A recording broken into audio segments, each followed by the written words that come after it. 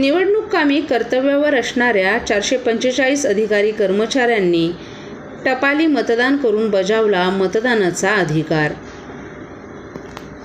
ठाणे लोकसभा मतदारसंघात निवडणूक कर्तव्यावर असलेल्या अधिकारी कर्मचाऱ्यांना मतदानाचा हक्क बजावता यावा यासाठी टपाली मतदानाची सुविधा उपलब्ध करून देण्यात आली आहे।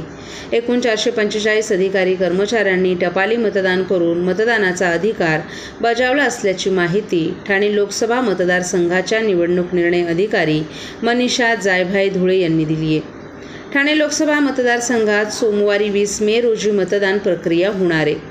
या मतदान प्रक्रियेसाठी अत्यावश्यक सेवेत कार्यरत असलेले पोलीस दलातील अधिकारी कर्मचारी, अग्निशमन दल, वैद्यकीय सेवेतील कर्मचारी तसंच निवडणूक मतदान केंद्रांवर नियुक्त करण्यात आलेले अधिकारी कर्मचाऱ्यांना मतदानाच्या दिवशी प्रत्यक्ष मतदान केंद्रांवर जाऊन मतदान करणं शक्य होणार नाही अशा एकूण 445 अधिकारी कर्मचाऱ्यांनी टपाली मतदान केलं।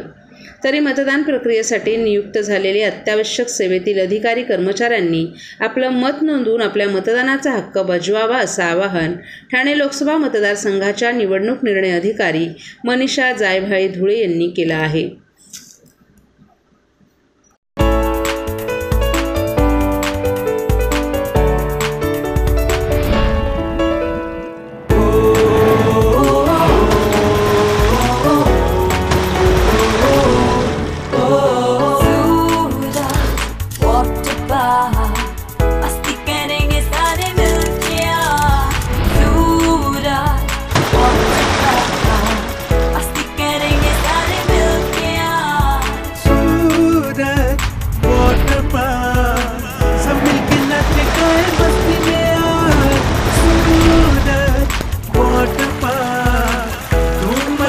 सब मिलके आज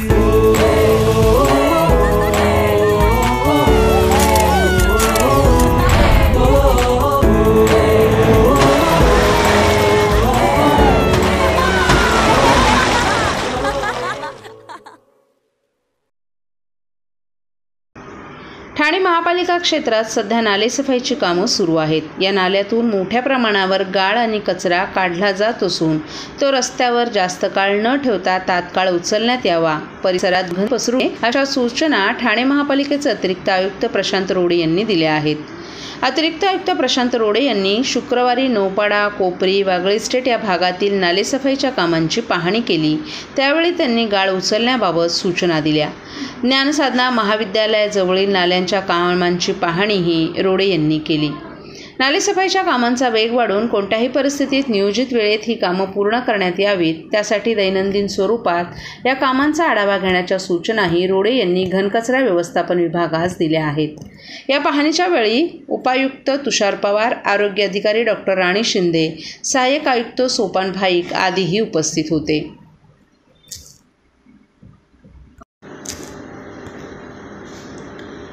ठाणे महापालिका क्षेत्रात कोणतीही नैसर्गिक आपत्ती येणार असेल तर त्याची आगाऊ सूचना नागरिकांना मिळावी यासाठी सक्षम यंत्रणा तयार करण्याचा महापालिकेचा प्रयत्न आहे। या प्रकारच्या यंत्रणेची आवश्यकता या प्राथमिक कृती आराखड्यामुळे अधोरेखित झाली आहे। एखाद्या आपत्तीचा इशारा मिळाल्यानंतर त्याच्याशी निगडित यंत्रणांनी कशा प्रकारे जलद गतीनं त्या आपत्तींचा सामना करावा, त्याचे अपेक्षित परिणाम काय आहेत याची एक प्रमाणित कार्यपद्धती तयार करण्यास ठाणे पूर धोका नियंत्रण कृती आराखड्याची मदत होईल असं प्रतिपादन महापालिकेचे आयुक्त सौरभ राव यांनी केले।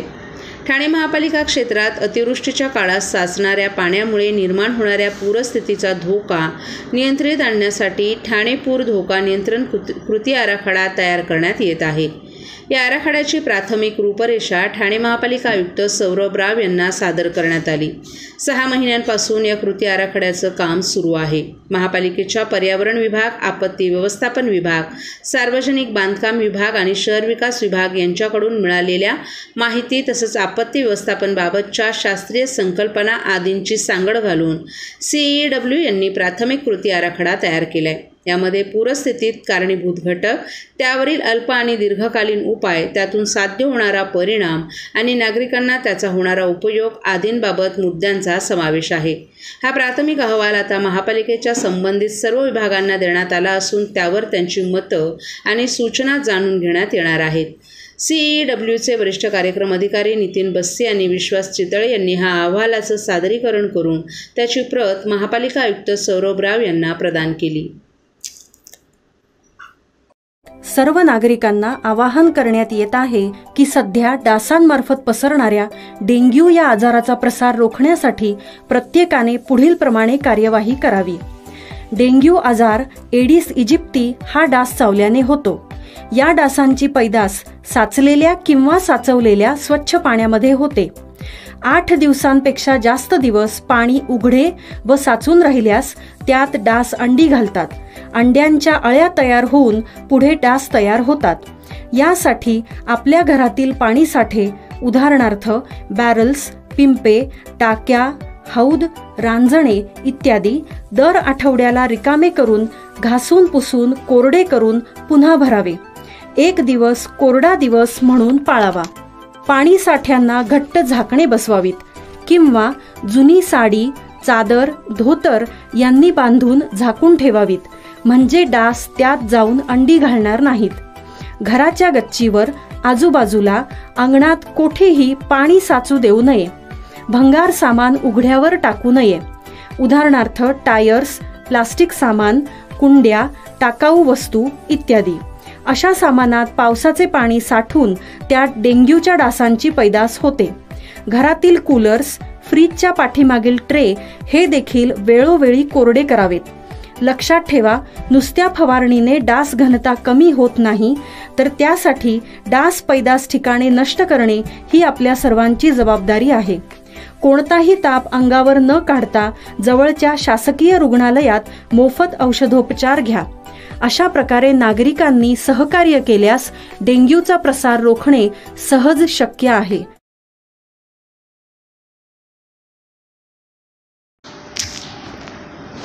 ठाणे लोकसभा मतदारसंघाच्या प्रचाराच्या शेवटच्या टप्प्यात ठाण्यात मुख्यमंत्री एकनाथ शिंदे आणि आदित्य ठाकरे यांचा प्रचारात जोरदार धडाका.